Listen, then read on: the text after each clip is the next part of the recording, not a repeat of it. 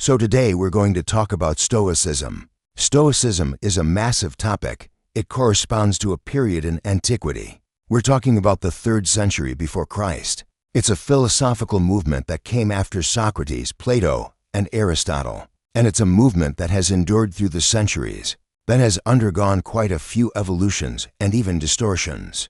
It's always difficult to approach a great philosophical current like this one because the question is, where do you start? And the problem is even greater because Stoicism corresponds to what we could call a total philosophy. Total philosophy, meaning it's not just a system of thought, a system for understanding the world. It's both a theoretical philosophy and a practical philosophy. It's a philosophy that's oriented toward both understanding and action. Action in the world, and therefore destined for the individual. I'm going to start with a quote that we often reference to summarize Stoicism. There is what depends on us, and there is what does not depend on us. So the Stoic vision of the world is already based on a first separation, a separation that we must become aware of to understand our limits as human beings and our limits as individuals. There are things that depend on us. For example, it depends on me to work hard, to succeed. It depends on me to seek truth. It depends on me to act well. It does not depend on me to be tall, strong, or powerful. It does not depend on me to be beautiful. It does not depend on me to be born in this place or that place. So we can understand quite well what the Stoics are telling us. There is what we inherit, and there is what we build ourselves, obviously. We could always argue that this limit is somewhat blurry. For example, the Stoics say it doesn't depend on us to be rich. But we could point out that yes, it does depend on us to be rich. If I direct my actions toward material and financial success, I have a better chance of being rich than if I do nothing. So we can always find details where this division between what depends on us and what doesn't is debatable. But in broad strokes, we understand what it means. Becoming aware of this distinction between what depends on us and what doesn't, for the Stoics, this is just the first step.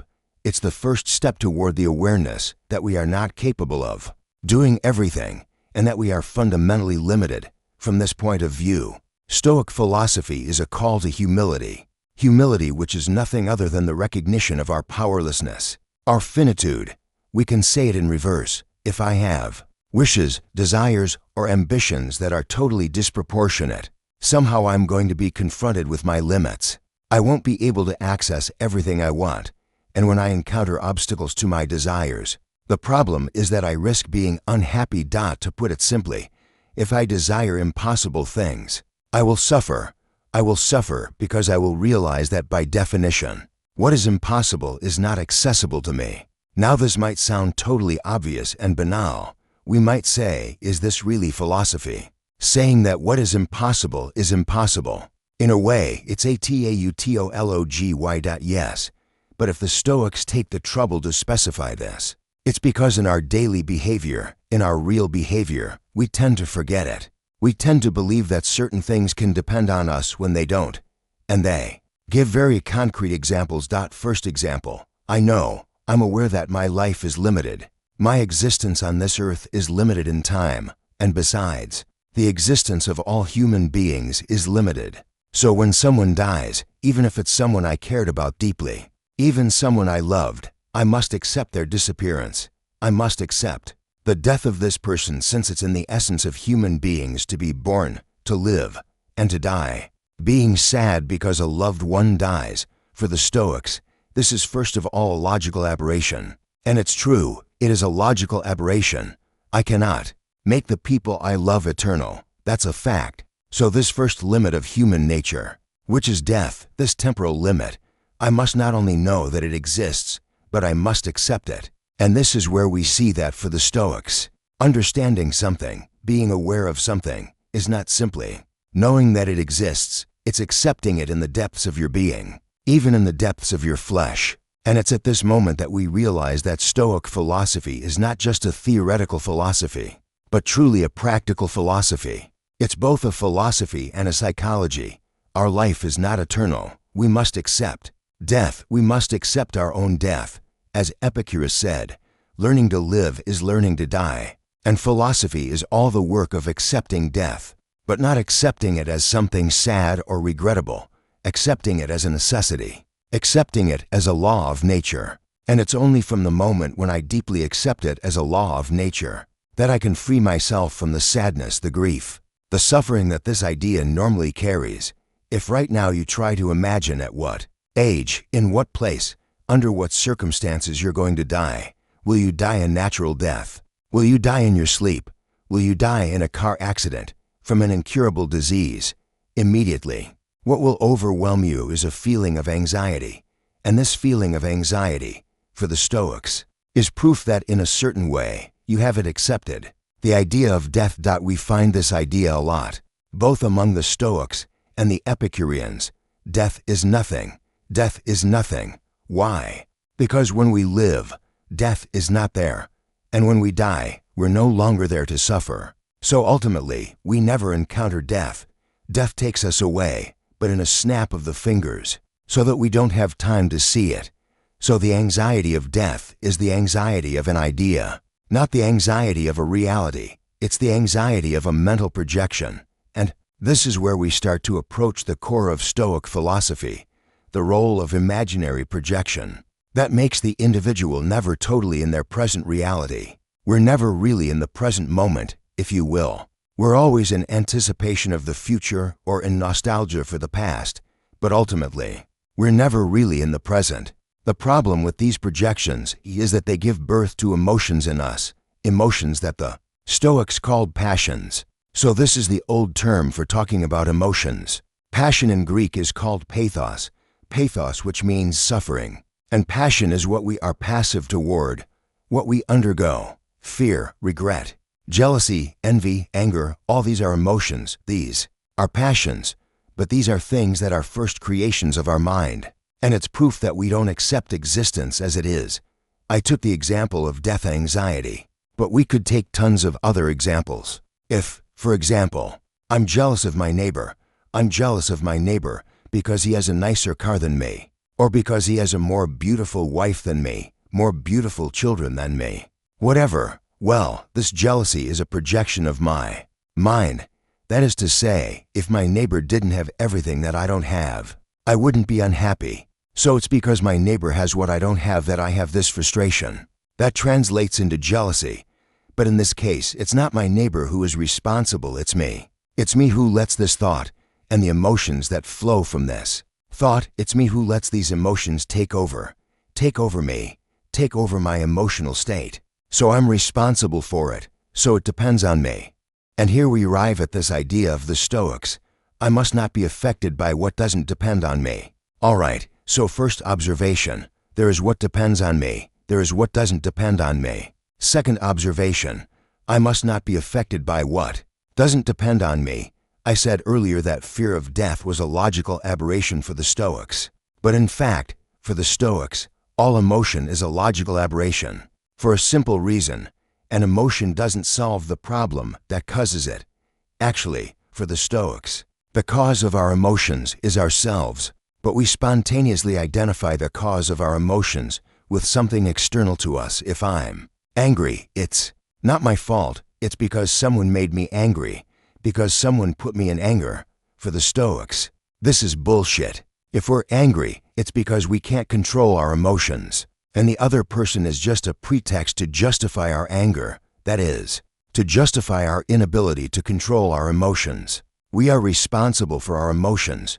Proof of this, there are people who manage their emotions very well. There are people who manage not to let themselves be disturbed or affected by external events, including events that can appear extremely serious and painful.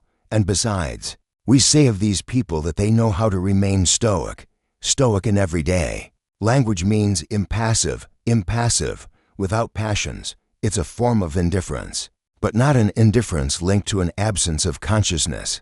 On the contrary, it's a mastered indifference, an assumed indifference, since it corresponds to the awareness that there are things that don't depend on us. And the Stoics tell us, why be affected by what doesn't depend on you? It won't solve the problem. Anger won't make the reasons for anger disappear. Jealousy won't make the reasons for jealousy disappear. For the Stoics, emotions are a bit like the heat produced by energy that we can't channel. So we need to externalize this energy through an emotion, but it doesn't solve the problem. If I bang my knee against the corner of my coffee table, I can insult my coffee table or hit it all I want. It won't make my pain disappear. Well, maybe. It will allow me to expend the energy that's due to my pain and the anger that results from this pain. If I watch a TV show with a certain guest as the main invitee, I can insult him and throw my remote control through my TV all I want. It won't solve anything. So what the Stoics tell us is that it's useless to be in emotion, and that through our emotions, we actually mask our inability to accept the world as it is. That's why another quote from the Stoics is, "Don't seek to change reality, but change the point of view you have on reality." Now obviously, we're going to say, what is this philosophy? Which is ultimately a philosophy of submission, a philosophy of passivity. It's legitimate to say that, if I accept everything, it's a form of renunciation. It amounts to saying I must accept injustices. I must accept, for example, that someone can lie to me, steal from me, deceive me. I must accept my neighbor's immorality, because the Stoics tell me that if I don't accept, then I'm in madness. Yes and no. Don't forget that the Stoics make the difference between what depends on me and what doesn't depend on me. There are things I can have control over, and the Stoics tell us clearly, give me the strength to change what can be changed. So the first difficulty is knowing what can be changed and acting at my level on what can be changed. But I must not have pretensions that are beyond my means. I must not think that I'm capable of revolutionizing the world all by myself with my little arms. I must accept that the changes I can bring, the transformations I can operate on the world, well, they will be in the image of my capabilities. That is to say, not much, relatively to the world, not much. But I have the choice between doing what I can do and giving up by saying, after all, it's useless. I have the choice. I could accept to give up and tell myself, what's the point? But in this case, for the Stoics, I'm not doing what depends on me. I abandon. I give up. I resign. But why? Because I can't stand the idea of not having more grip on the world. So in fact, I give up out of ego. I give up because I say all by myself, I won't be able to operate the changes I want to operate. Okay, but that's reasoning dictated by ego, dictated by emotion, dictated by the feeling and desire for omnipotence. But there, for the Stoics, we're still an aberration. So for the Stoics, we act on the perimeter on which we can act, and we don't worry about the rest. We don't care about the rest because the rest doesn't belong to us, because the rest belongs to the world, and the world continues its path without us. We are part of the world. We leave our mark on it, but we are not its owner. It belongs to us as individuals to do things we are capable of. It does not belong to us as individuals to act in place of others. So rather than a philosophy of renunciation, I would speak of a philosophy of lucidity. I think, and this is a completely personal judgment, that people who accomplish great things are people who don't worry about what they're not capable of doing. They are people who worry exclusively about what they are capable of doing. Having unattainable dreams is the best way to never realize a single one. Desiring the impossible is the best way to remain in inaction, therefore in passivity, and therefore in the frustration that necessarily accompanies this passivity. The philosophy of the Stoics is a practical philosophy because it's a philosophy that pushes us to put our acts in conformity with our thoughts. We said earlier, if I evolve in emotions such as anger, jealousy, resentment, my actions will bear the mark of these emotions. On the contrary, if I act with enthusiasm, if I act with a sort of gaiety, unconditional joy, joy that doesn't need a reason to be, well, for the Stoics, I am much freer because I don't depend on my emotions, because I don't depend on unrealistic ambition. I don't depend on illusion. For the Stoics, our emotions make us slaves. It's very clear. Our emotions prevent us from seeing and understanding reality as it is. It's like a filter we would put between us and reality, and which at the same time would distort this reality in our eyes. If I start from the principle that the world existed before me, and that it will always exist after me, well, that relativizes my capacity for action and transformation of this world. But that doesn't mean I'm not capable of anything. It means I'm aware of the limits within which I can act. Emotions make us slaves since by definition, we don't choose to have emotions. In fact, for the Stoics, it would be more accurate to say we undergo our emotions because we don't make the effort required to master them. The Stoics think that the goal of human existence is to achieve happiness and wisdom, since for them, wisdom is the condition of happiness, and wisdom is also linked to knowledge, to understanding. I understand the world. I understand the way it works. I accept it. And because I accept it, I can be happy. There's a phrase by Sartre that summarizes the Stoic point of view quite well. What's important is not what has been done to us, but what we do with what has been done to us. What does that mean? It means that we all have a character or temperament, even if we should distinguish these two notions, and we are all more or less inclined to feel, to experience emotions, passions. That doesn't depend entirely on us. There are people who are rather choleric. There are people who are rather calm. There are people who are rather worried, others who are rather peaceful. That's true, but nothing prevents us from working on that. Nothing prevents us from becoming aware of this character that is ours and working to change it, since that is within our possibilities. And to change that, it goes through an approach of understanding the world and its laws. The Stoic vision of the world is a deterministic vision. That means that for the Stoics, everything that happens in the universe happens for a certain reason. Now, for a certain reason doesn't mean there are gods pulling strings and pushing us to act in one direction rather than another. We could summarize it like that, but it would be a bit too simplistic, and especially, some would say, it's still a religious vision. I'm not interested. It's not for me. No, it's not that simple. It consists of saying that when something happens, it's because there are causes to this event. No event happens without causes. So when we want to say that everything has a reason, we actually want to say that everything has a cause. But the word reason is interesting. We'll see why. Everything that happens has a cause or a set of causes, which means we can explain everything that happens. Explaining doesn't mean automatically accepting. And explaining doesn't mean justifying in the sense of legitimizing on the normative level. On the moral level, for example, if a man commits a crime, we can explain his crime through a medical, psychological, psychiatric diagnosis. We'll say, for example, that he's someone who himself suffered extreme violence, who became what we call a psychopath, and who acted well, but that doesn't justify his act in the sense that it doesn't excuse it. For the Stoics, this distinction between explaining and excusing doesn't really have a place to be. When I say it doesn't have a place to be, obviously it has a place to be in the social framework, but it doesn't have a place to be in the sense that if something happens, it's because it had reasons to happen anyway. It's because it has causes anyway, since nothing happens without causes. Everything that happens is an effect of causes that precede it. So if we were capable, from the point of view of our knowledge, of identifying all the causes of what happens, we would realize that everything is normal, and I should say rather that everything is logical. Everything is rational. Reason encompasses everything that is logical to understand. And if something happens, it's because this thing had causes, and these causes are understandable. I'm not saying we're capable of identifying all the causes of what happens, but we're capable of knowing that these causes exist. I'll take the example of coincidence. The famous coincidence. You meet someone you hadn't seen for a while, and you meet them in a totally improbable context. It's not possible that we meet here, there, now. What a coincidence.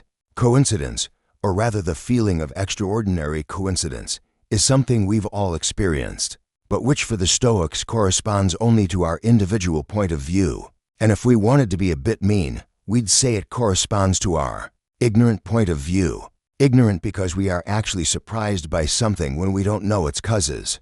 That's what surprise is. We ignore the causes. But if we had known the causes of the event before this event happened, we would have been able to anticipate it. We would have been able to predict it as the logical, rational, necessary consequence of these causes. I'll take an image. Imagine you're in the sky and you have a view of a city. You see all the streets between the buildings, and therefore you see all the people moving around.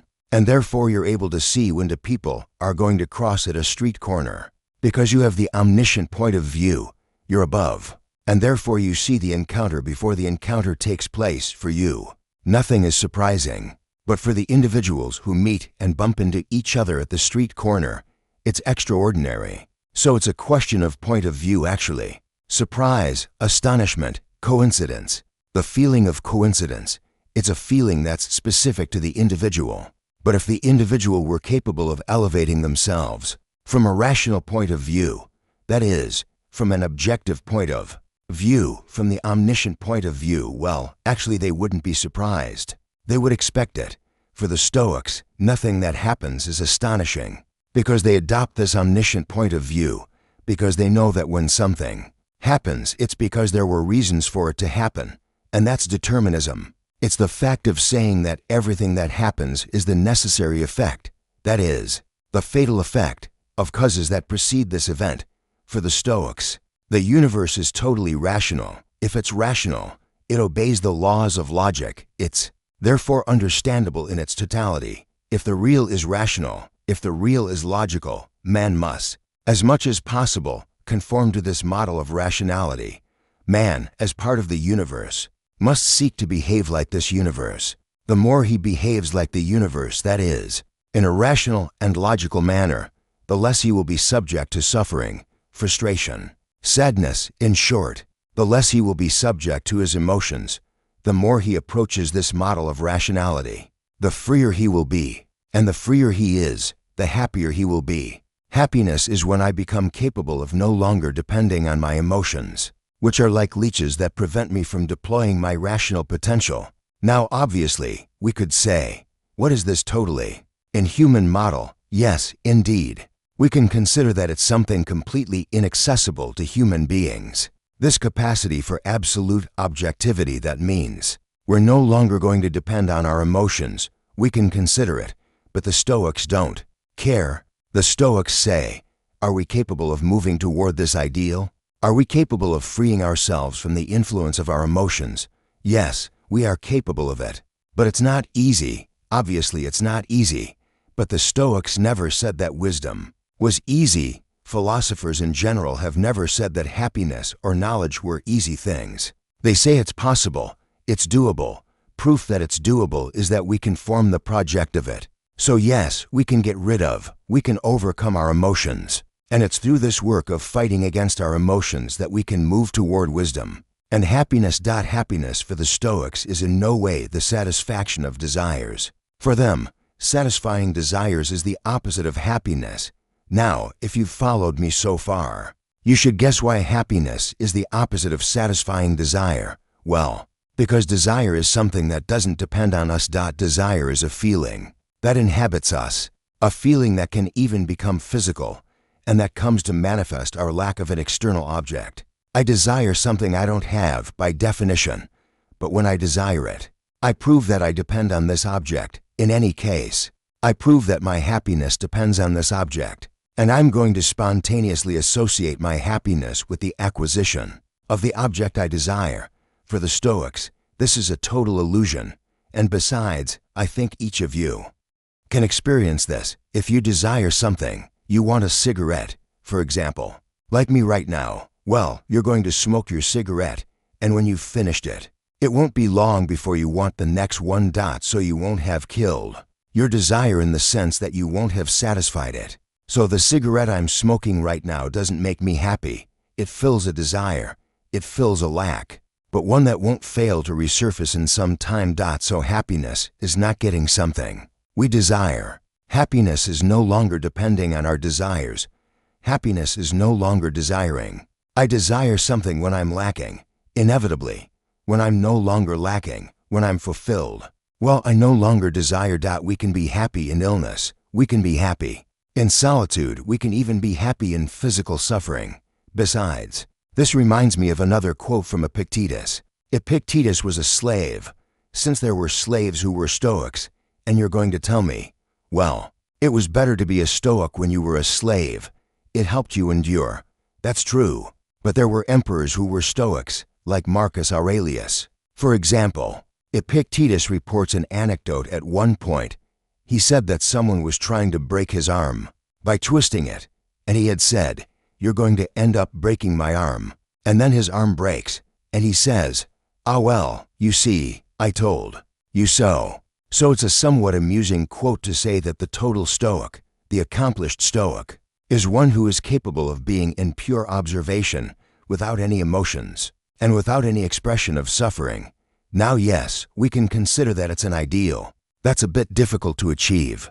But I would point out that certain human beings of our time are capable of achieving this kind of state, what we call yogs, who are capable of enduring absolutely intolerable suffering through detachment of the mind. So the Stoics indeed advocate this kind of practice, notably the practice of meditation, which is a channel toward wisdom, in the sense that meditation allows us to concentrate on our consciousness rather than on our body. So I'm going to try to conclude. The Stoics tell us that there is what depends on us and what does not depend on us, and it depends only on us, to no longer be dependent on what does not depend on us. For the Stoics, the universe obeys laws, implacable laws, what we could call the laws of fatality. But fatality doesn't have a negative connotation among the Stoics. Besides, if we want to be honest, it's especially in our contemporary societies that fatality has a negative connotation, since we consider that from the moment there is fatality, there is an absence of free will. But for the Stoics, it's not like that at all. Free will exists for the Stoics in the sense that it depends on us not to be affected, not to be moved by the implacable necessity of the world. It depends on us, and it depends only on us, to be happy in the situation that is ours. This doesn't imply that we must be passive in the face of existence, in the face of what happens. It only implies that we must show discernment, lucidity about what can be changed, about the reasons for changing what must be changed, and about the means employed to change what must be changed. Stoicism is a practical philosophy. Besides, today Stoicism has converted into personal development techniques. I have nothing against personal development techniques. I simply think they are a superficial aspect of something much deeper, which is a philosophy in its own right. We can't simply take the practical aspect of Stoic philosophy and say that's enough. No, since for the Stoics, this capacity to master one's emotions, this capacity to become the captain on the ship of our existence, this capacity can only be the result of an approach to understanding the world. Understanding the world doesn't mean accepting it, but it's impossible to accept it if we don't seek to understand it. Understanding the world is understanding that what happens has reasons to happen, and that what is the only arbiter. I can deplore a situation on an individual level, but it doesn't change the fact that the situation has a reason to be. And it doesn't matter if I don't understand the meaning. It doesn't matter if I don't understand the causes. It doesn't change the fact that the situation is there and that I can only accept it. It's useless to resist what is implacable. It's useless to get angry because it's raining or because it's cold. It won't fix anything. Well, if I get angry, I can at least warm myself up. That's something. But if I accept what is a priori disagreeable to me, well, it ceases to be disagreeable. Personally, I use Stoicism a lot when I read the comments under my videos. I tell myself, well, there's a reason for this, so I accept. Stoicism is very practical, and especially it's a philosophy that acts on us when we read fragments of it. I really recommend that you read Marcus Aurelius's Meditations.